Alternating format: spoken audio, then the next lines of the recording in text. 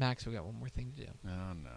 Max, do you know what time it is? Do you have to? Check your watch. But you don't have to. Can you check your watch? But you don't have to. No, I'm just asking you to check your watch. I'm not checking. I don't have a watch on. Well, just look at your wrist then. No, I'm not going to do that. Oh, okay. I refuse. Okay. I'll tell you what time it is.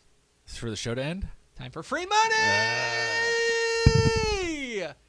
Free money! Do we know for sure if it's free money? Have It you is cost people money with your picks so far? Absolutely free money. Have we checked your picks? My college football picks against the spread had a nice rally last week. We are now 10-13 on the year. Are we sure? 10-13 on the about year. that? My picks, college football picks against the spread, we call it free money.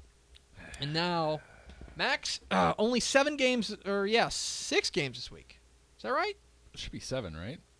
Did I miss one? No, there's 7. You're right. There's 7 games this week. I didn't scroll down. You just can't count. 7 games this week. All of them have a line, so we get to have 7 picks. So there will be a winning.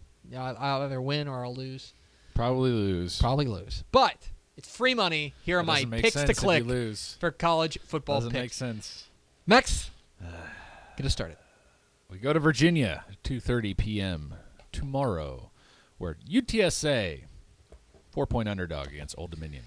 This is an interesting one because I don't think Old Dominion's very good. Mm-hmm. And if UTSA plays like they played against Arizona State, we should be very encouraged. I don't know if they can do that on the road. Yeah. That's my concern. I would have a concern about a letdown after a game like that. This is our concern, dude. I'm I'm worried about them on the road. UTSA has traditionally been very poor on the road. I think Old Dominion wins this game.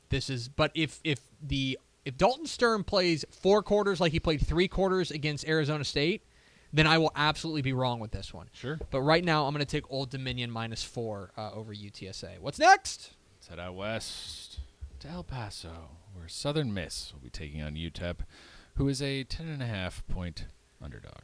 So UTEP's 10.5-point dog, and normally that would scare me because that's 2 scores, like 2 specific scores. So, so if UTEP loses by 10, you lose, and you take Southern Miss. I am so brutally discouraged by UTEP right now. This is but again, this is one of those weird football games. Sure. It's in El Paso. Mm-hmm. It's Southern Miss, who should be awesome, but may not but be. Often isn't. Yeah. So good luck. I don't know. I am going to I think I'm going to take Southern Miss to cover 10.5. Okay.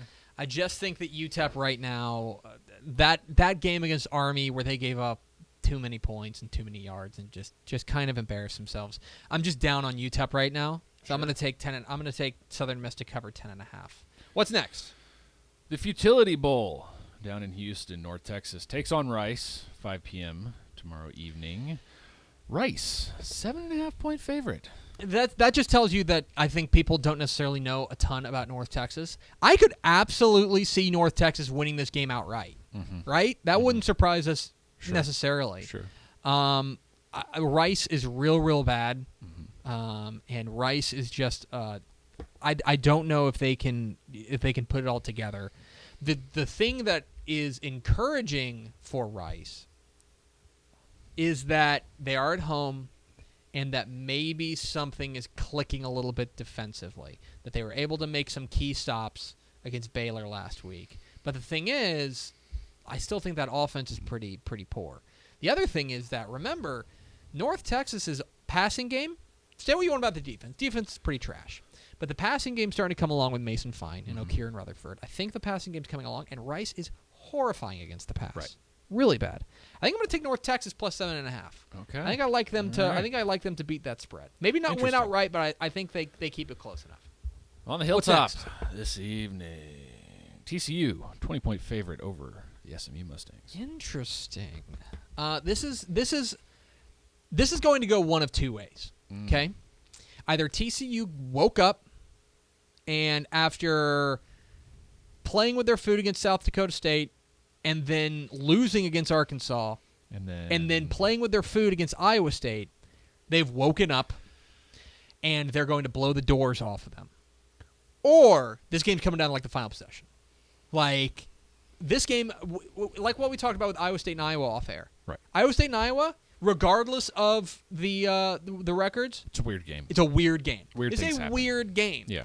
And I think Chad Morris will have something up his sleeve. And without Kavonte Turpin, I have more question marks about this. I mean, honestly, you look at both of these teams, and I think we're waiting for either of them, if not both, to just click. I would prefer if apparently this game opened at like 27.5 and it's been teased down to 20. I would love it if you can find a place in Las Vegas that takes sportsbook betting. If you can find a place to give you 21.5, jump all over that. Right. That seems a lot better. 20 scares me, but I'll take SMU in the points at home. A double-digit home dog in a rivalry game. I like SMU here. I'm going to take SMU plus 20. What's next? Right. The easiest one of the weekend. The Cougs, 6 p.m. head to San Marcos, take on Texas State. 34.5 favorite. It is this is weird because you're absolutely right. This is the pick to click this week as far as a win. Houston's going to beat Texas State. Love you, Bobs, but Houston's going to beat Texas State. All right. The question is how much? And Texas State can score. They didn't last week, but they can score. Do they keep it within 34.5? I don't think they do. I think Houston. I'm going to take Houston in the 34 points, 34 to cover 34.5. Houston's better than Arkansas. The only question would be, does Houston do what they've done in road games, where they, f around for, 3 quarters? I don't know. Even then, I think they'd hit the gas and win. Against good teams, though. I think you're right. Yeah. I think I'm going to take Houston minus 34.5. Okay. What's next? The Cowboys, Oklahoma State, heading to Waco. I got the time on this one wrong. 6:30 tomorrow night, not tonight. And Baylor, 8.5-point favorite. Baylor's 8.5-point favorite, which means that Vegas thinks that Baylor would be a 5.5-point favorite on a neutral site. Oklahoma State's a team we can't figure out. I mean, you think you have you think you have it figured out. They're not very good. You think they're not very good. Yeah. I mean, and by not very good, I mean not the top tier of the Big 12. They are not competing for a Big 12 title. They're not good enough. I think you're probably right. But is Baylor that good? Well, we don't know. We don't know. I think you and I both agree we don't know. We don't know. This is our first, hey, maybe we'll find something out. Exactly right. I don't know how good Baylor is. But I'm sorry. Here's my thing. Here's what I will say. If Baylor loses to Oklahoma State, big trouble. Baylor's not good. Yeah. Baylor's not good. I think that's probably true. At home, that's why I think I'm leaning towards Baylor. I think I want to give them the benefit of the doubt here. I think they cover 8.5. I think they win probably not a whole lot more than 8.5. Probably like 10. Yeah. But I think that their defense is good enough to keep them in this game. I'm going to take Baylor minus 8.5. And finally, Max. The big one. Jerry World. 8 p.m. tomorrow evening on a neutral site. The Aggies, 6-point favorite. We've talked this to death about this game. And yet, I think Arkansas is winning this game.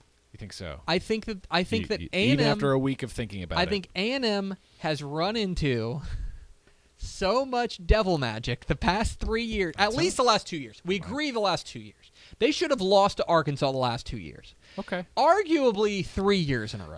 I'm not arguing with you on that point. What I've said all week is Arkansas has already expended its devil magic for the season. They barely beat Louisiana Tech 21-20. Mm-hmm. It took 2 overtimes to beat TCU.